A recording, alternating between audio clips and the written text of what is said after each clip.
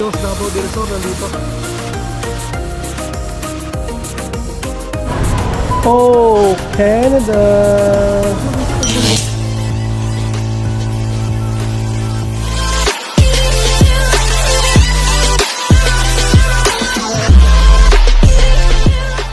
Oh guys, dumating na yung upuan. Excited? Hello guys! Ano ba? Ano ba yan? Nagpa-vlog ka rin? Yeah! Hindi ah. Yes! Vloggers eh. What does it look like? What in the world? What is Dumating na yung upuan. Ito na guys eh. Ew! Si! What does it smell like that? Eh! What? Tanggalin mo. What's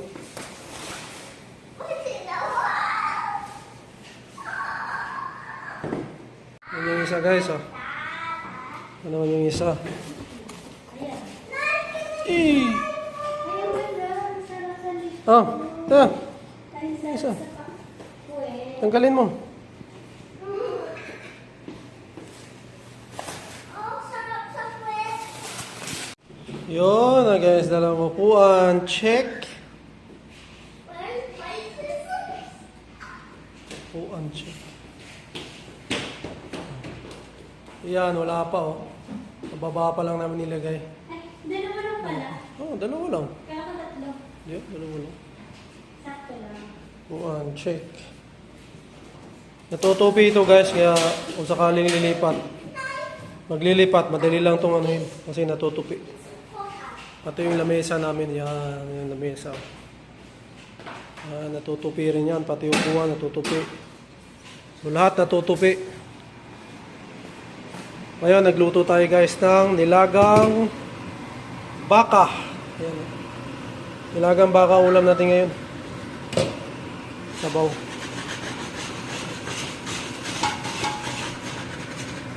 Palambutin na natin. Check.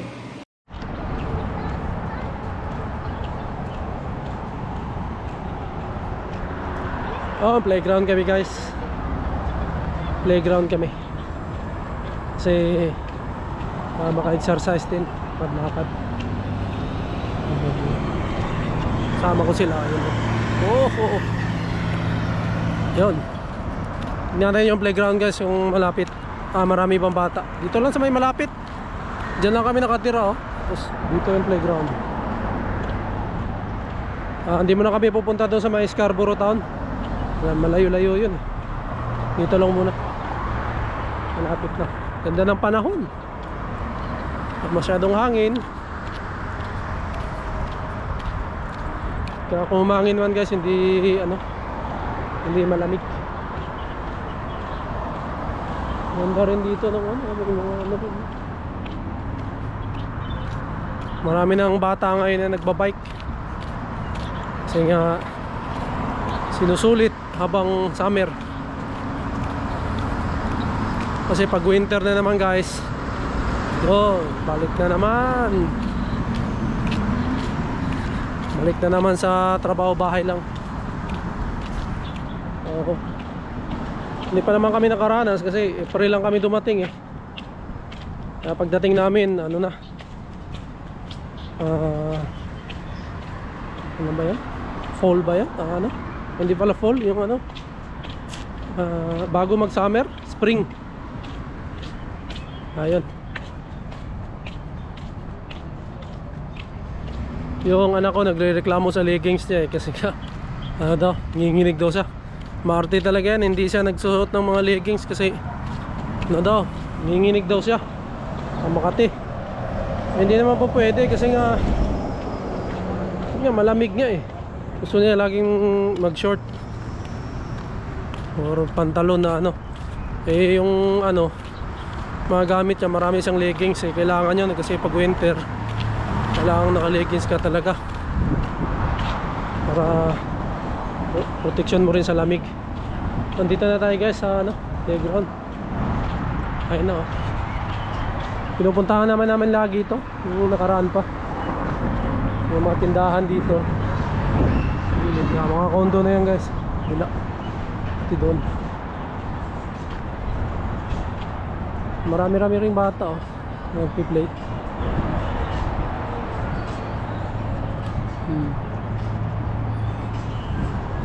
Tayo na natin sila. Yun. Ay, sarap naman ang tinapay Oh, ni what are you Kuya doing? Zion. Favorite ni nanay yan. Hello? eh. Wow. Galing oh. Pahingi ako. Ooh. Ay, Kuya Taas. Zio. Galing. Look, Kuya Zio.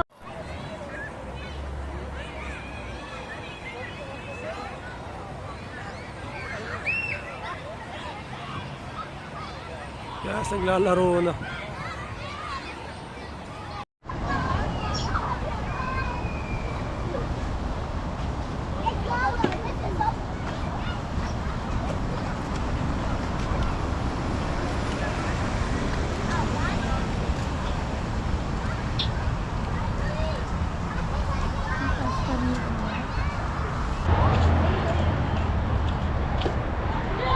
So ngayon guys, ikutin natin to, lakarin natin. Ikot lang tayo. Ito nga nagbabike. Habang nagkikwentuhan tayo, ikot tayo habang nagkikwentuhan. Ito pa bata nagbabike. So yan nga guys no. Kanina tinawagan ako nung message pala ako ni Sir Bon. Shoutout Sir Bon. Doon sa steel company na napasukan natin. Pumunta siya doon sa HR. Tinanong kung may hiring. And yun nga, may message tayo na daw, bukas ng umaga, alas 10 ng umaga punta tayo. And yun, sabihin ko lang daw na nirefer niya ako. Sabihin ko lang yung pangalan niya doon. And yun, puntahan natin yung bukas guys. Kulang 2 oras yung biyahe galing dito. Dapat maaga tayo. So yun, sana matanggap tayo doon guys. And yung sweldo minimum naman. And yung biyahe naman, kaya naman natin yun. Agahan na natin. Tapos yun, baonan tayo. Kasi yung pasok daw 7:15 ng umaga hanggang 3:30 ng hapon. So plus yung biyahe mo pa pag uwi, mga 5:30 ka na makakauwi. Okay lang yun.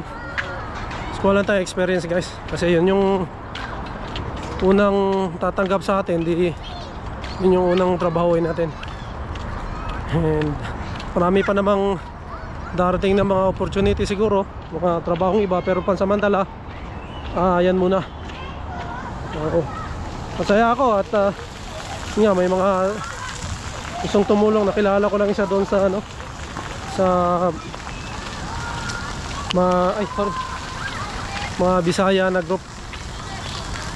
And then minessage niya ako yun. Pero hindi naman nag-message sa akin guys sa FedEx daw. FedEx ba yan, yung courier? Hindi ko naman kung saan mag-a-apply. Sabi sa online, nagpasa siya ng nagpasa rin ako doon. Nagpasa rin ako, wala pa naman. So yun, nag-confirm nga sa akin na bukas puntahan ko. Di yun muna ang unahin ko puntahan. And yun sigurong magiging unang trabaho natin guys.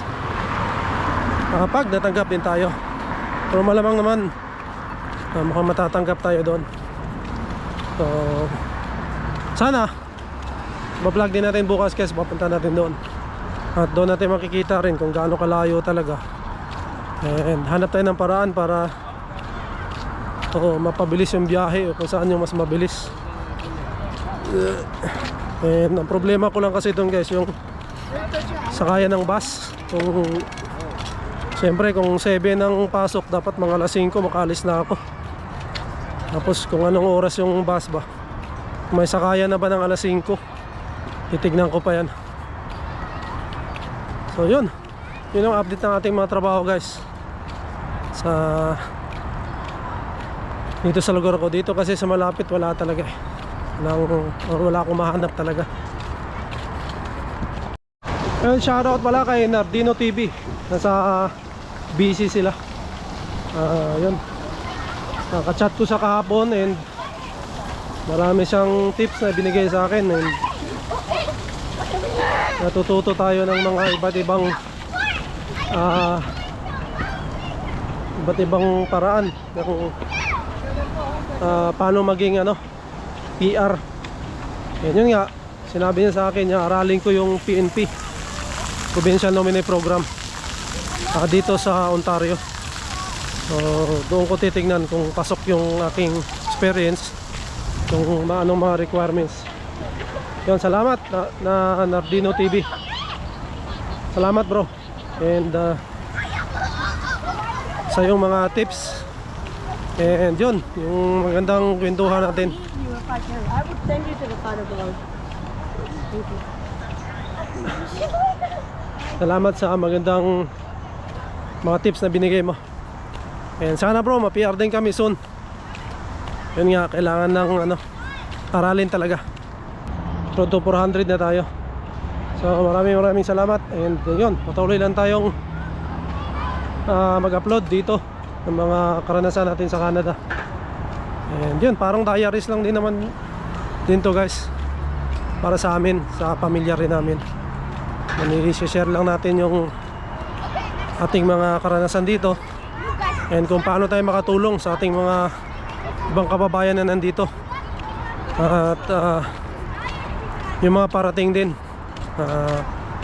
sana mapulutan nila ng aral yung ating mga karanasan dito. And yun, willing din tayong sumagot. Mag-message lang kayo sa akin. And kung may mga tanong kayo na alam namin, yun, wala tayong doon problema. Sasagutin natin. Kung hindi man natin alam, magtatanong rin tayo sa ibang mga matatagal na dito. So yun guys, kung sakaling matangkap pala tayo, kailangan natin ng safety shoes. Wala tayong magawa kung bibili talaga nun. Kasi yan, steel company, safety shoes talaga yung kailangan. Yun lang naman daw. And marami naman akong nakita doon sa Walmart na safety shoes.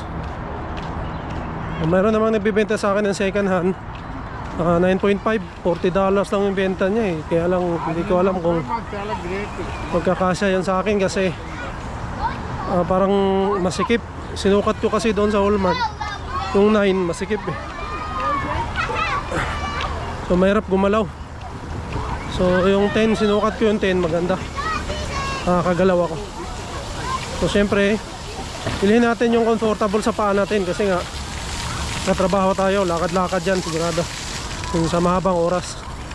So kung makabili tayo ng medyo hindi magandang sapatos, hindi tayo komportable, mahirapan yung paa natin. Masakit siguro. Yeah. Hi. Yeah. So yun, 5 ikot na tayo guys. Pero guys, ang hanap talaga natin trabaho dito ay sa mga restaurant sana. Kasi nga yung experience natin is sa kusina, sa pangungusina. Kaya lang unfortunately wala pa tayong nahanap. So yun, maghintay lang tayo guys and malay mo makakuha tayo. So habang wala pa, hindi naman ako pwedeng maghintay ng mamili muna ng talagang doon ako. So kung sino lang yung mag-hire sa atin kahit anong trabaho, suka natin yan samantala. Kung makakita tayo ng mas maganda na mas tayo tulad ng pangungusina, di pwede natin silang pwede nating puntahan o pwede nating pasukan. Pero sa ngayon wala pa namang opportunity. Yun lang muna. Kung sino lang yung mauna, kung anong trabaho na available, yun lang muna tayo. So yun lang guys, update ko lang kayo sa ating mga nangyayari sa trabaho. Saka update lang yun. At maraming salamat sa mga tumulong and pabot ng tulong. Thank you. So yun guys, nakapitong ikot tayo. And at chinelas lang kasi tayo. Dito lang sapatos. Pero nakapitong ikot din ako. Kaya yun, exercise na rin yun. Hindi ka nga papawisan kasi nga malamig. Pero at least nagagalaw natin yung katawan natin, importante. Kasi sa bahay, siyempre, galang, upo, at lakad ng konti. Kasi at least dito, kapag ikot tayo. Sinabi ko yung asawa ko, mag-ikot siya. Ikot-ikot. Mag-ikot-ikot para naman exercise. So, yun lang guys, no? Shoutout ulit kay Nardino TV. Bro, shoutout sa iyo and salamat sa mga tips at payo mo. And maganda ang vlog niya guys. Panoorin nyo yung Nardino TV. Subscribe nyo din yung channel niya. Maganda yung mga content niya and patungkol din sa mga international student. Saka pinapaliwanag din talaga niya doon yun, kung bakit bago ka mag international student, panoorin nyo ganun yung mga content niya. And marami magaling yun si Nardino TV guys. So subscribe nyo yung channel niya, yung sa mga aspiring na international student, lalo sa British Columbia, sa BC. Nandoon siya ngayon.